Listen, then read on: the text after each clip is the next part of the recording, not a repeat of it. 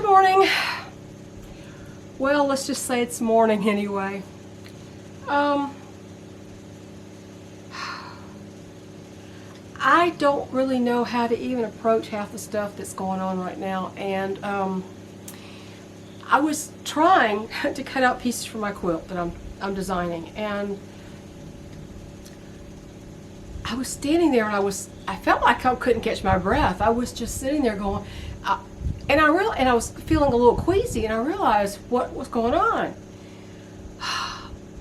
I've been listening to too much of that amoral alley cat, Harris.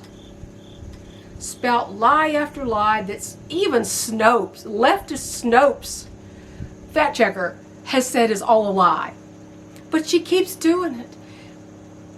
If that wench gets into the White House, she'd been there, but she's never been called the head honcho, though she probably was, and that's why we're in this dang mess in the first place. I will not listen to her anymore, ever. What just happened to President Trump again?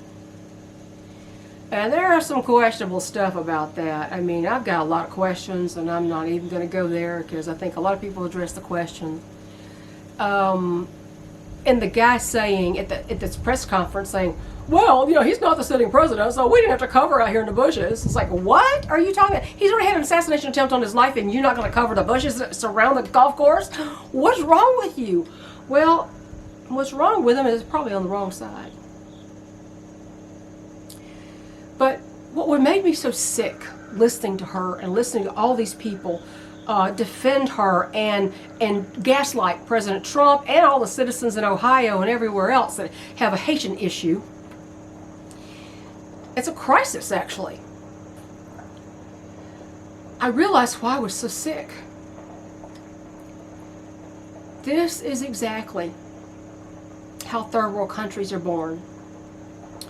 The assassination of political rivals. These two attempts on President Trump's life, within a span of like 6 weeks of each other, proved to me more than ever that we are on a dark path to destruction. Worse than it's more clear than anything that's happened in my entire lifetime. I'm so disgusted. The mainstream media are all insane and delusional and irrational, a bunch of rabid dogs. Maybe they should all go fight in Ukraine. They love it so much. Something the shooter now can't do, which he wanted to so badly. He didn't understand why thousands of people didn't flock to Ukraine to fight and die in a war that has nothing to do with us. Gosh, there's pollen or something. My eyes are watering. I think they should all be sent to Ukraine. Bye. Maybe that'd learn them a little lesson to live in a country where a true tyrant rules. Man who arrested Orthodox priests and padlocked churches because he didn't like their take on religion. He didn't like their slant. So he arrested them and locked them in prison and locked up the churches. That's a tyrant. It's almost close to what happened during COVID, where you could keep Amazon and Walmart going, but you couldn't go to church. You know what? And there were churches who defied that because they have a right to do so. But apparently this shooter forgot what country he's in and where his loyalties are supposed to lie. But yeah, I think they should all go to, all the media should go to Ukraine and see what it's like to live under a real tyrant who is actually living high on the hog on our dime. You think all that's going to fight a war? All that money that they're just handing him like Halloween candy? Let's use a Halloween reference. I don't have anything to do with Halloween, but just they're all excited over it. Over him getting more money. Don't forget Zelensky is an actor. and Donald Trump was one person that warned you about Zelensky. But no, he's a Nazi. No. But I tell you what, yeah, I think we should send Harris and that nasty creature Dana Bash. Isn't she? She always look like she's sucking on lemons, except when she talks to communists. Then she's happy as a clam.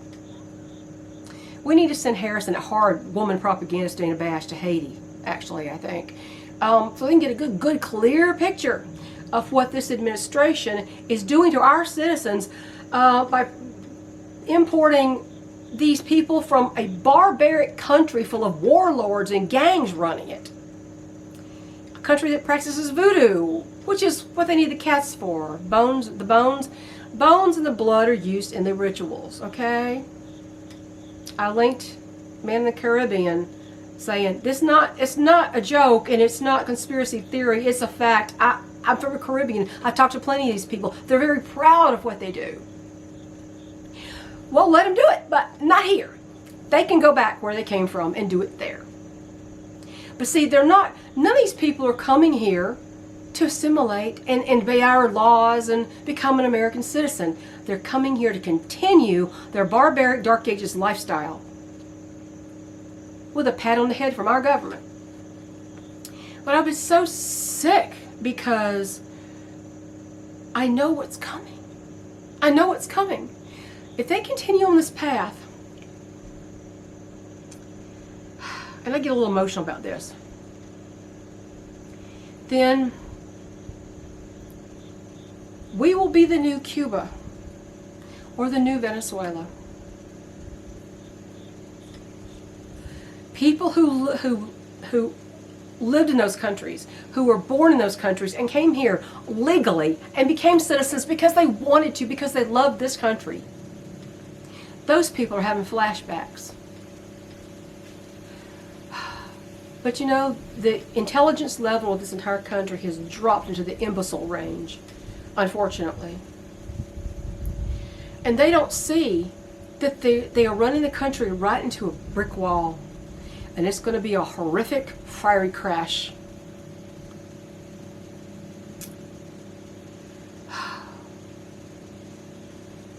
You want to live in somewhere like Cuba? Forget the colorful travel brochures. You go and there's like 5 rows of some marmalade in a can, the same exact brand, the same exact stuff. It's like, you want marmalade, you want jelly? That's your choice. That's it. And only when the store is unpadlocked and they let you in for an hour a day. If you can get anything in there.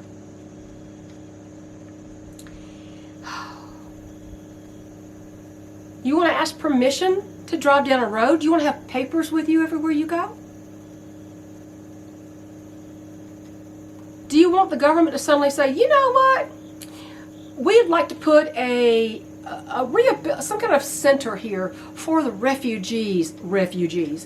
And, yeah, your land looks like a really good choice.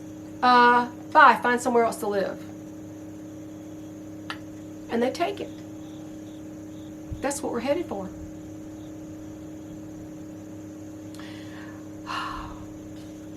What we have here is a big clash of cultures. And these people in power are too stupid to understand that these people that they're bringing in, they have different cultures and values than the United States does, than we do. They have different practices. And they don't care what ours are. And they don't care to obey laws. And the government's telling them they don't have to.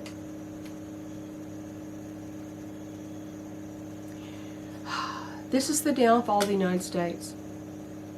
Happening in real time. And would you like your father to go out and be executed by the government when he says, hey, you can't do that? They grab him and take him out in the street and they put a bullet in his head. You want that? Because that's what happened in Cuba. That's what happens in China all the time. Professors and people who talk out against the government, they disappear. Or they're executed in the public square.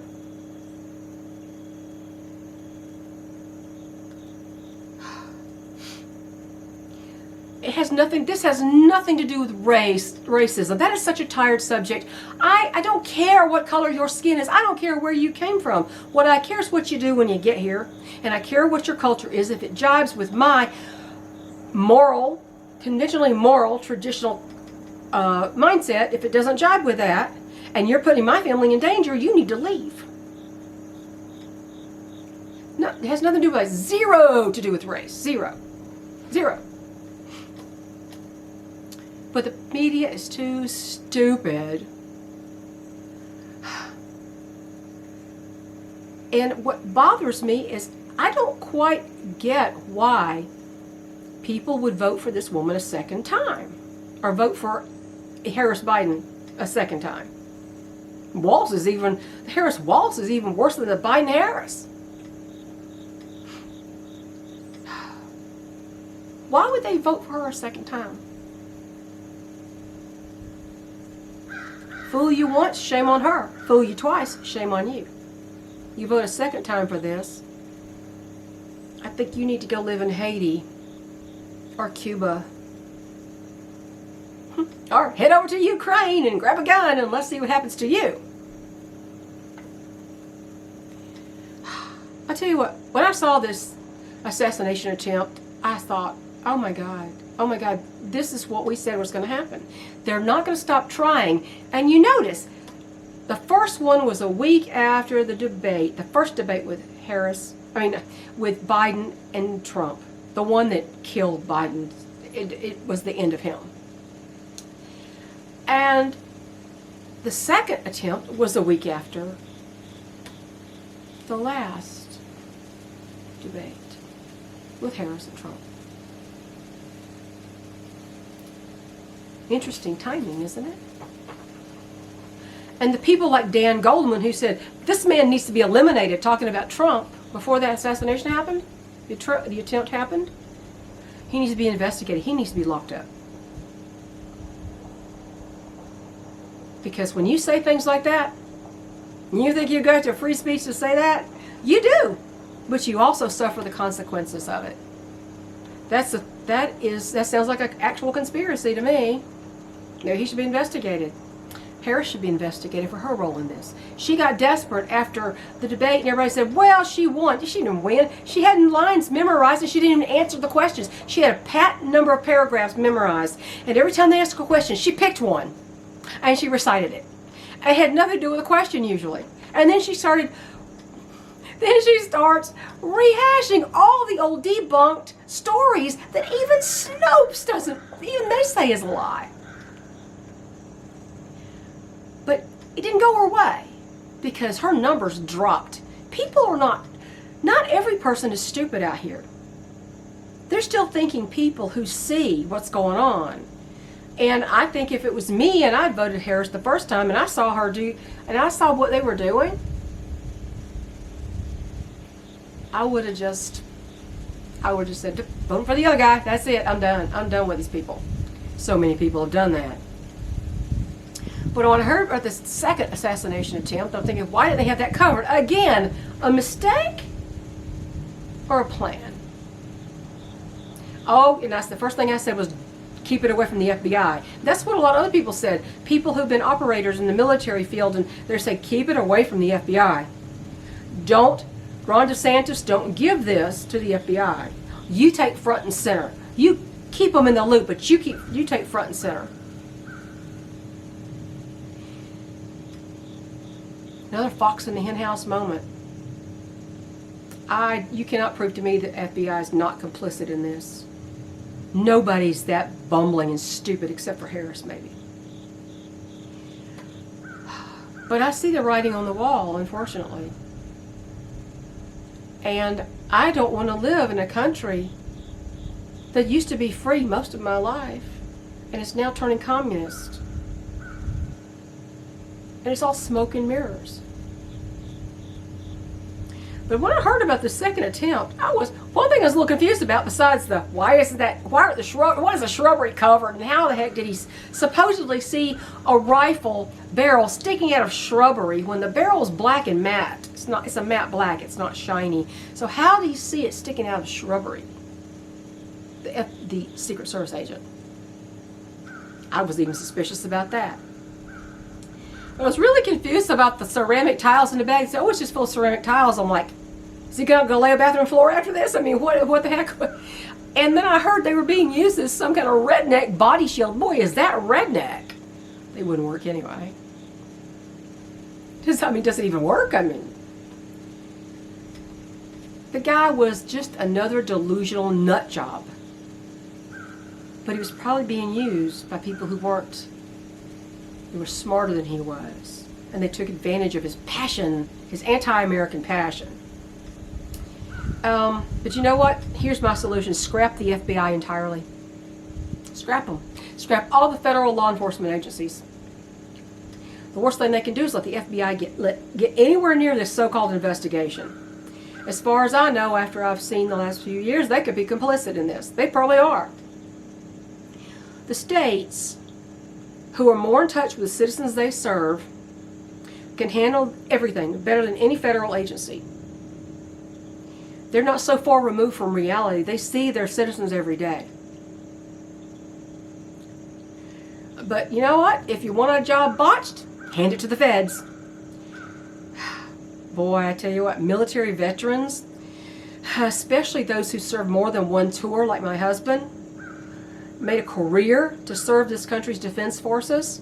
Not just one tour just so they could take advantage of the GI Bill or something, but actually served their entire 20 years and beyond.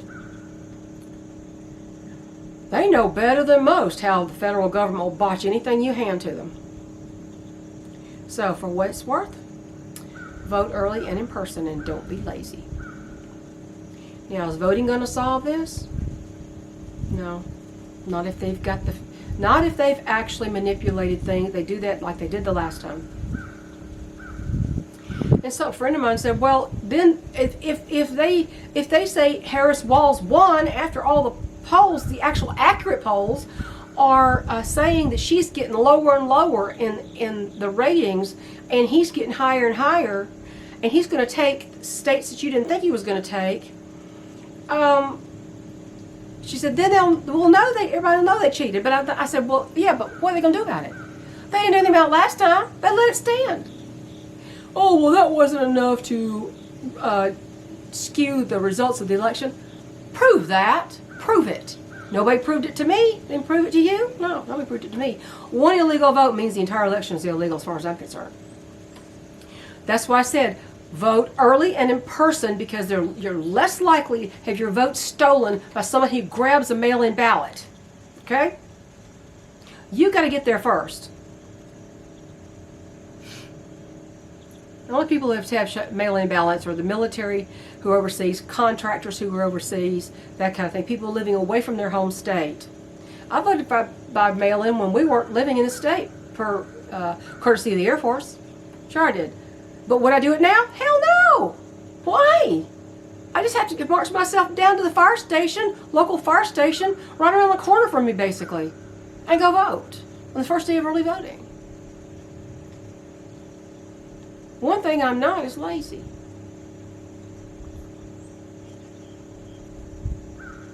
But I've really been physically sick hearing that woman talk.